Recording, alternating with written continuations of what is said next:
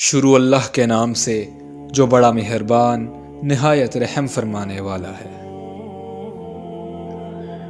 اے ایمان والو، یہود اور نصارہ کو دوست نہ بناؤ، یہ تو آپس میں ایک دوسرے کے دوست ہیں، اور تم میں سے جس نے انہیں دوست بنایا تو بے شک وہ انہی میں سے ہے۔ بے شک اللہ ظالم قوم کو ہدایت نہیں دیتا۔ چنانچہ آپ انہیں دیکھتے ہیں کہ جن کے دلوں میں نفاق کی بیماری ہے، وہ لپک لپک کر ان یہود و نصارہ میں گھستے ہیں۔ وہ کہتے ہیں کہ ہم ڈرتے ہیں کہ ہم پر کوئی مصیبت کا چکر نہ آ پڑے، تو قریب ہے کہ اللہ مسلمانوں کو فتح عطا فرما دے یا اپنی طرف سے کوئی اور بات ظاہر فرما دے، پھر اس وقت یہ لوگ اس بات پر پچھتانے والے ہو جائیں جو انہوں نے اپنے دلوں میں چھپا رکھی تھی۔ اور اس وقت وہ لوگ جو ایمان لائے کہیں گے، کیا یہی وہ لوگ ہیں جنہوں نے اللہ کی بڑی پختہ قسمیں کھائی تھیں کہ وہ یقیناً ہمارے ساتھ ہیں، پس ان کے اعمال برباد ہو گئے، پھر وہ خسارہ اٹھانے والوں میں سے ہو گئے۔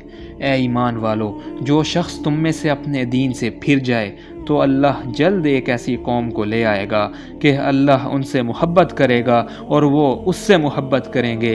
مومنوں پر نرم ہوں گے، کافروں پر سخت ہوں گے، اللہ کی راہ میں جہاد کریں گے اور کسی ملامت کرنے والے کی ملامت سے نہیں ڈریں گے۔ یہ اللہ کا فضل ہے، وہ اسے عطا فرماتا ہے جسے چاہتا ہے، اور اللہ بڑی وسعت والا، خوب جاننے والا ہے۔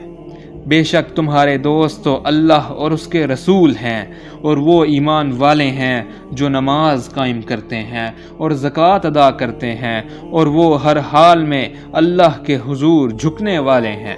اور جو اللہ اور اس کے رسول اور ایمان والوں کو دوست بنائے تو بے شک اللہ کی جماعت ہی غالب آنے والی ہے۔